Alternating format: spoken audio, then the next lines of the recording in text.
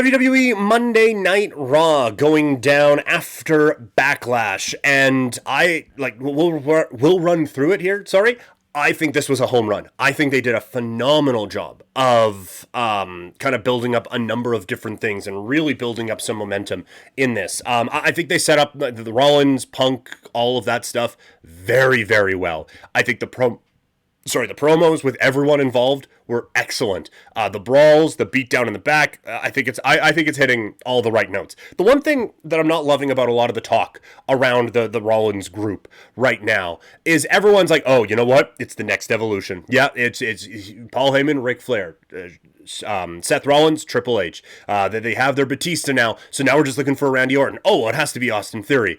And I don't think we need to do that beat by beat. You know, I think you can have your own group in your own way. I know that there can be a lot of things wrong with the internet wrestling community. This is one thing we do a lot, is we see something that is kind of similar, and it's like, oh, well, we have to go with this now. And it's like, well, you have to hit beat by beat everything that was in this group. It has to be this, it has to be a this, it has to be a this. We do this with storylines too. Like, for a long time, the best way to introduce someone in the internet wrestling community's minds was, okay, you have this guy come out and you have him cut a promo and say that he's beat everybody and there's nothing left for him to do. And then the music hits and, oh my God, it's this guy. And now he has something left to do, which is, it's a great way of introducing someone.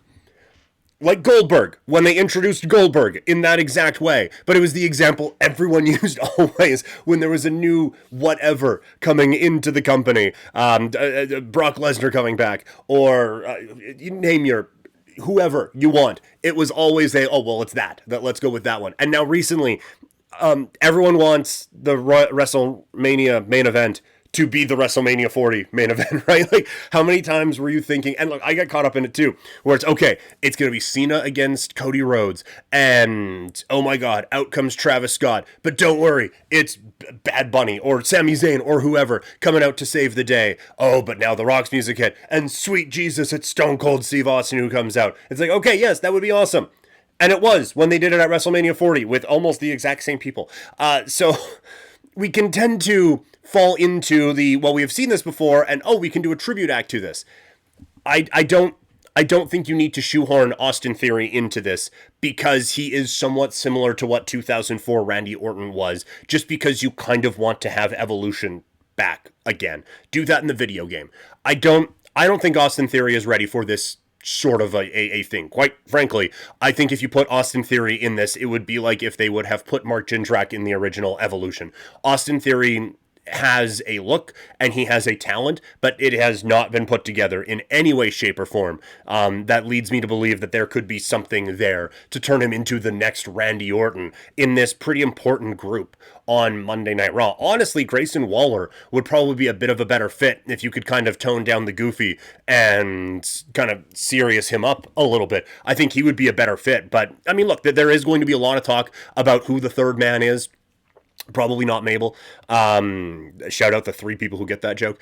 But I would want to caution against just putting someone in there because it fits this one group that we all really liked, that this is somewhat similar to. I don't think Paul Heyman's winning the tag team titles either. Just putting that out there. So that, just a little thing that I've noticed out on the chatter around this. Roxy and Giulia against Io and Rhea was a ton of fun. The match itself I thought was fantastic and a really, really good showcase. You don't love beating the young team so early, but I do think there is good value in just being in a very, very good matchup like this. And I thought, again, it was a great match and a really good showcase. One thing that I'm getting frustrated with, apparently this is just a segment of me bitching about the internet wrestling community, but you see a few people posting online, when Giulia comes out, it is not a massive crowd reaction. And a lot of people pointing, crowd reaction for Giulia, not strong. Oh man, guess everyone was wrong about the hype around this girl. And it's like, look, no shit. Like, she has been on the main roster for 3 weeks. Let's chill. Like, people's excitement over, at least mine, my excitement for Giulia wasn't, oh man, this girl is going to be super over right away. It is, no, this is one of the best wrestlers in the world. So we're going to get to appreciate her now at a high level. And eventually those crowd reactions are going to be there. But just to assume that someone who, like, this is one of her first intro, like first like walk down the ring with music intros ever in WWE, and to assume on the main roster, and so to assume that oh well, the crowd reaction is going to be insane. Oh, it wasn't. Failure of a character, failure of a call up. That's just, it's so dumb, and it is so. It's, if I went through it, it's probably a lot of people who are AEW fans trying to be defensive about things and stuff like that. But it's really frustrating when you see that right away. It's, oh yeah, no, she's a bust. It's been 2 weeks. Let's chill a little bit, shall we? Elsewhere, Jay's promo I thought was fantastic. Like, the crowd is so behind him right now. And then he calls out Logan Paul, does exactly what he needs to do to build up Saturday night's main event. And then right after it, Gunther saying, I'm going to put you in your place. And Jay's like, no, no, no, no, I'm in my place. I thought that was excellent. I thought it was a great rebuttal from his character and exactly what it needed to be from Jay. Same thing with Becky Lynch coming off of a loss at Backlash. Becky Lynch with another just fantastic promo. I would have liked a little bit more Valkyria on this show coming off of the biggest win of her main roster time, but Becky proving on the show why she is one of the best ever. And we're all having fun with this El Grande Americano thing.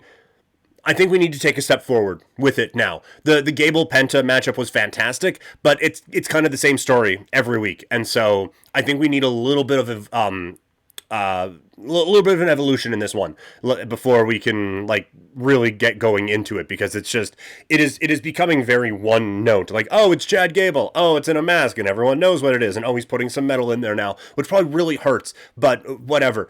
We need a little bit more advancement from this story now, moving forward. So those are my thoughts on what we saw from Monday Night Raw. Again, a really good show, and WWE building up some momentum coming off of what was a very, very good WWE Backlash.